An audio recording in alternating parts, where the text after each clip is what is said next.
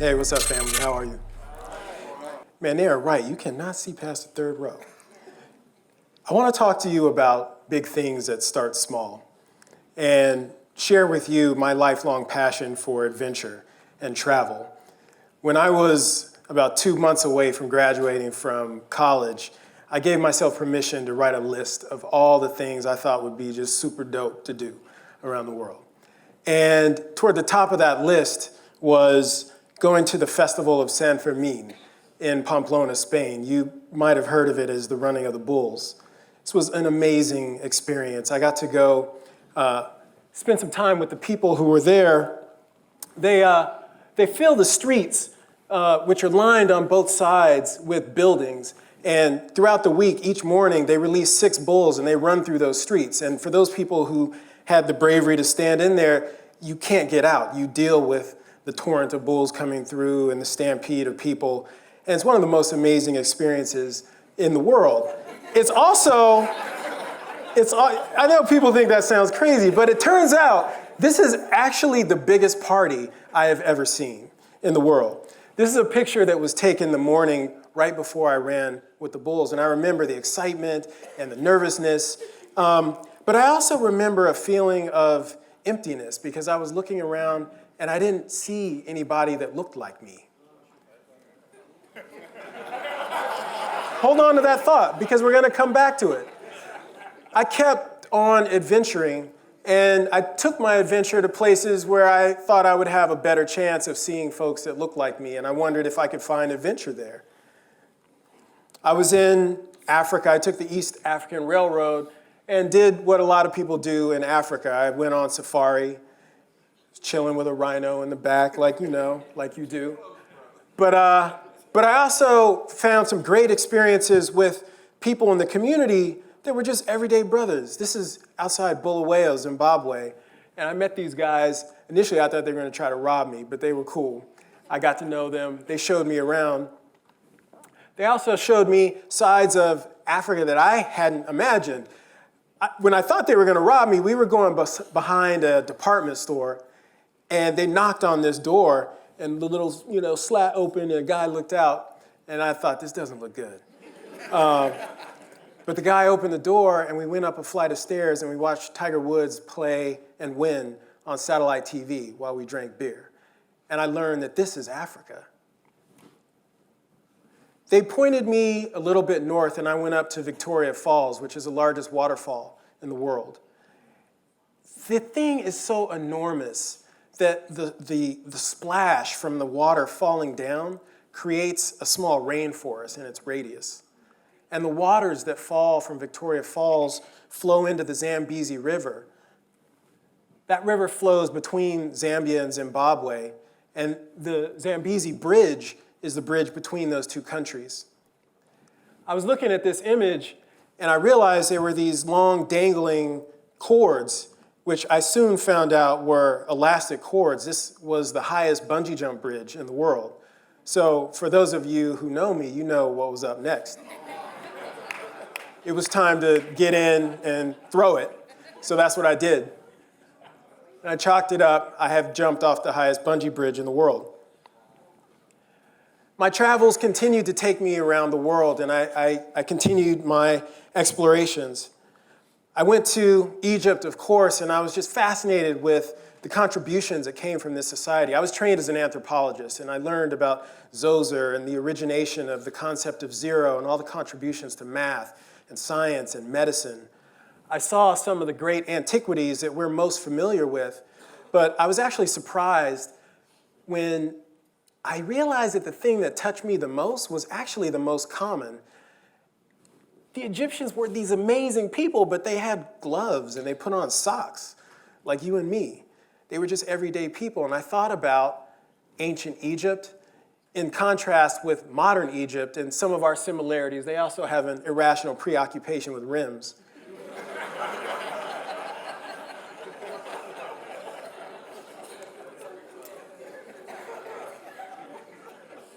I continued my travels, and I started to see this pattern that as I learned more and more, I started to see black faces in unexpected places, like this group of busts of Nubian traders in the Musée d'Orsay in Paris. And it wasn't just in Europe where I didn't expect to see this. I was traveling in Central America, and the dominant image I'm sure we all have of Central America probably looks something like this, a very traditional Guatemalan woman. I took that picture in Antigua in Guatemala. But when I traveled further south in Guatemala to the southeastern corner, I found this community called Livingston, full of beautiful people there, the Garifuna people, who, to my surprise, spoke a little bit of Spanish, but had their own language and looked like me and like you. And I realized nobody ever talks about these folks. The African diaspora is so varied, it's so vast. And I started to wonder, is this just Europe? Is this an aberration in Central America? And I traveled more and more. This is me in the back of a pickup truck in Papua New Guinea. I continue to find legions of black people in places that we don't think or talk about. This is the Port Moresby fish market in Papua New Guinea. An entire country full of beautiful black people that I bet most of us have never even talked about, let alone gotten to know. These are amazing people who are living happily, sustainably on the ocean, eating good seafood. Look at the size of that clam. That literally fed the whole village, and I was there. It was delicious. I stayed there on Christmas one day. We had lobsters. We had these other crustaceans. I don't even know what they were called, but they taste good with that little bread thing on the side. One of the things that struck me was this picture that I took. I grew up in LA. I was a skater when I was young, and I was ridiculed for that a lot. This is, before it was actually accepted. And I was told a lot that, man, you're black. Black people don't do that. And I remember taking that picture and admiring this young boy in Papua New Guinea who was doing the thing that was equally obvious to him as it was for me living near the ocean in LA, which is to be in it and to be me and be free and play. And I realized that I wanted to do more and more of this. Those ideas sat with me for years and years and years.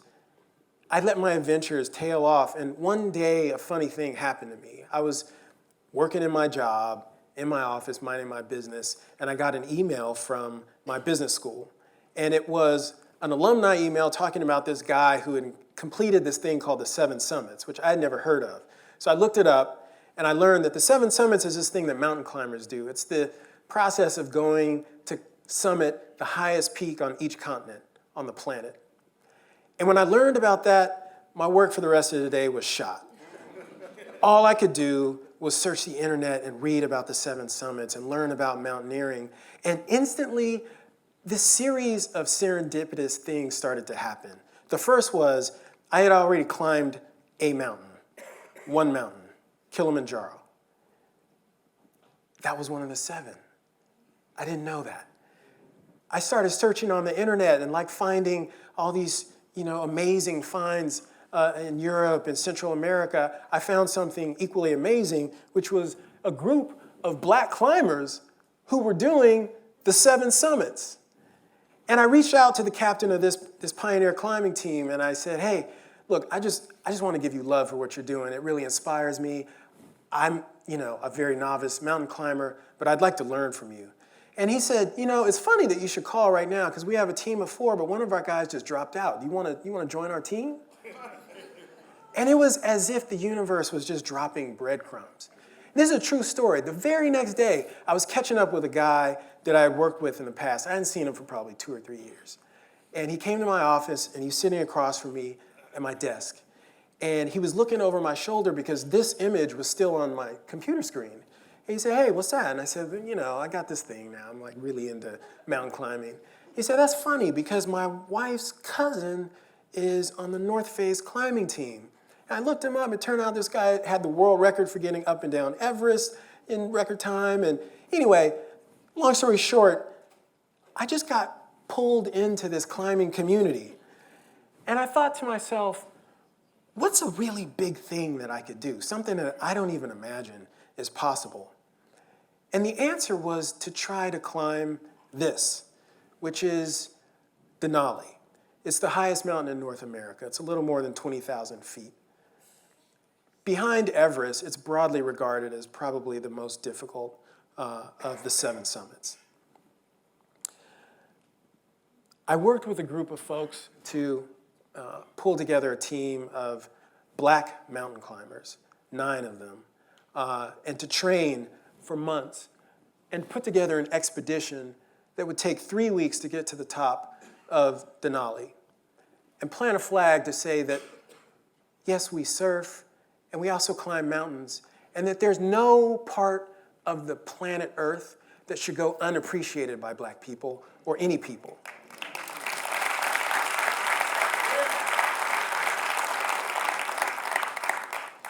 We went through very rigorous training for about 1.5 years. We were climbing, we were living out in the elements, learning how to survive. We got dropped off on airplanes up in Alaska onto a glacier, and they left us for 2 weeks. That was the most disheartening feeling, I gotta say, when the sound of the airplane, and you realize you're out there on your own, and you learn to survive. The crevasses on a glacier are unfathomably, literally, it's unfathomable. We don't know how deep they are. Scientists don't know how deep they are. These are the cracks in the earth. And if there is a time or place where hell will freeze over, this is it. We learned to survive in some of the harshest conditions. We put together a mountain climbing team that was 9 climbers. The ages were 19 to 57. We had 3 women, and they were bad. No joke. This is one of them with a rescue helicopter taking off in the back while she's trying to cook, holding down the pot. We got up on the mountain, and we not only got up there as a team, I love a good team, but we made a film about it. And I wanted to share that with you so you have a little bit better taste of our experience. Maybe we can take the lights down.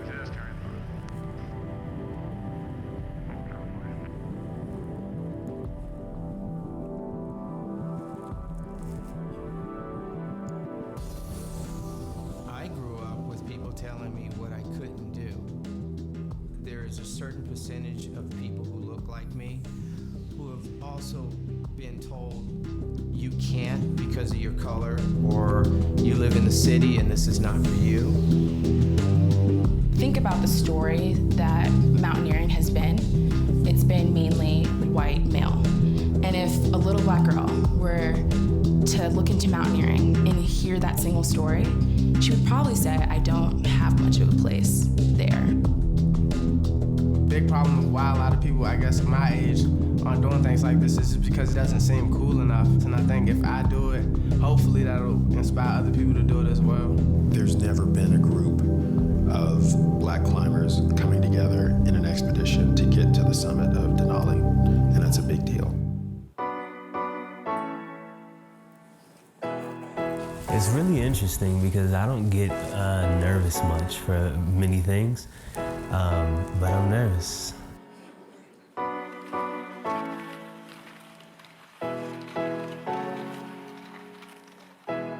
And it was rough, man, just tackling the head wall with really, really heavy packs. It's almost like the mountain dares you to make a mistake.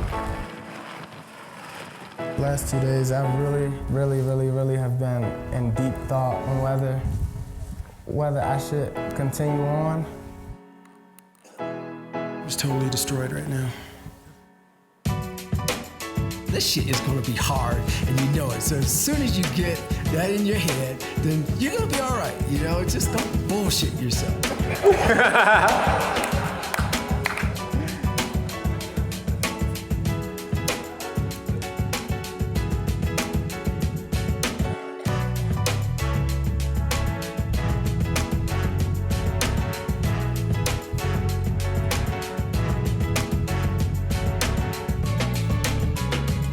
Pretty clear that from here on, it's the real deal.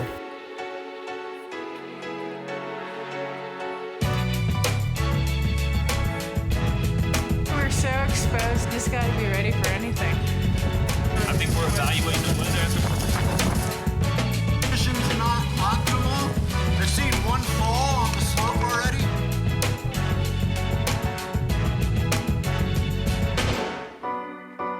so tired that I can't see straight, I just start thinking about 5 steps, stop.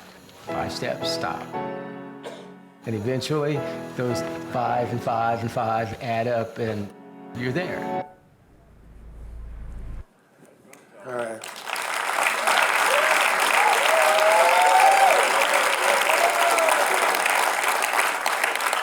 So I can imagine half of you are like, yo, that's dope. That's amazing. Actually, less than half. Probably the majority of you are like, that looks cold, dangerous, and a number of other adjectives that are probably not too pleasant. So why am I even talking to you about mountain climbing? Because I really don't expect, I mean, I'd love it if someone wants to learn more about that, but the point of raising this is it's not about mountain climbing. This is a metaphor about us doing big things that we don't believe we can do. And I've really been meditating on this journey because it's never ending for me.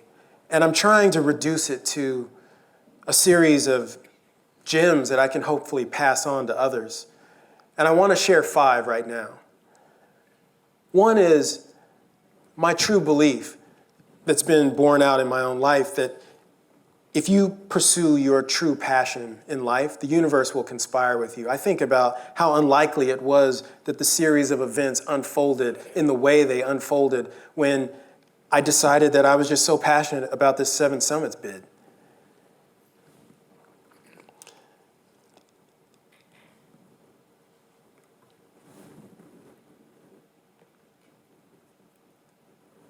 The second is, I think it's important to break things down into bite-sized chunks. We're often so limited in thinking about huge tasks and big goals because they seem unfathomable. If someone had said to me, you can literally walk into the sky and stand in heaven if you'd be willing to walk for 3 weeks straight, I wouldn't have understood what they were saying. I wouldn't have believed them. But the way I started was doing 10 push-ups and 10 squats 3 times. And I built up for 1.5 years with my teammates. And we got to the strength where we could pull 100 pounds and walk for 10 to 12 hours at a time as a team. It would not have been possible if we started there, but we broke it down into tiny chunks, and those chunks got bigger and bigger and bigger. And pretty soon, we were more capable than we even realized. And I think that's true of all of us, and it's why I'm standing here saying this to you now.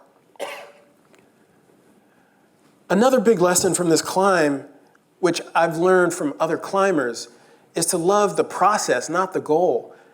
If you talk to real climbers, they never really talk about summiting a mountain. They always tell you a story about what happened at this crazy restaurant they stopped at on the way, or what happened when they got snowed in, or how one of the guys fell through this crack and the other one had to rescue them. It's always about the process. And the reason that's important and why it applies beyond mountain climbing is because this is about breeding a love of excellence. And if you build that in yourself, you attract other people who love the same thing. And pretty soon, that means you're building a culture of excellence. And excellence feels good. And excellence is good. And we need that. This is something that I think is self-evident for the Be Me community, which is that we can do more together. Mountain climbing is an important metaphor when I think about the fact that the way we get up is on a rope, tethered to each other. We go over crevasses we could fall through. If we tried to do that as individuals, our chance of dying would be quite high. But together as a team, roped to each other, we can take care of each other. And I think that's a beautiful lesson for all the things that we do, mountain climbing or otherwise. And finally, the thing that brought me here the most personally that I wanted to say to you is the naysayers are wrong.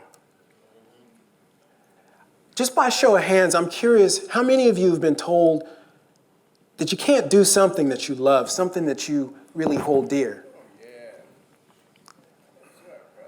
I remember being told by my band teacher in high school when I was a sophomore. He came out to the little dirt track and asked me, why are you running around this dirt circle? You're not going to go anywhere. And I thanked him for the inspiration. I never rebutted him directly. But I hope he saw the press release when I won the national championship and got my scholarship to go to college.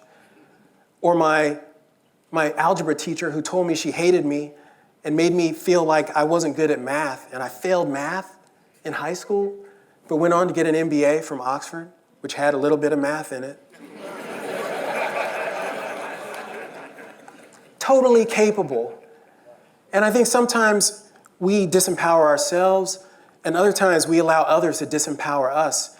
And I came to tell you that the naysayers are wrong. Those who are telling you that you can't do the thing that you want to do, the thing that you love, are lying to you. And I came to tell you that because I love you more than you know. And I know how powerful we are together. I know what we're capable of. And so I hope that this project serves as just some example, some inspiration to keep you going toward the thing that you love. Thank you for listening to me.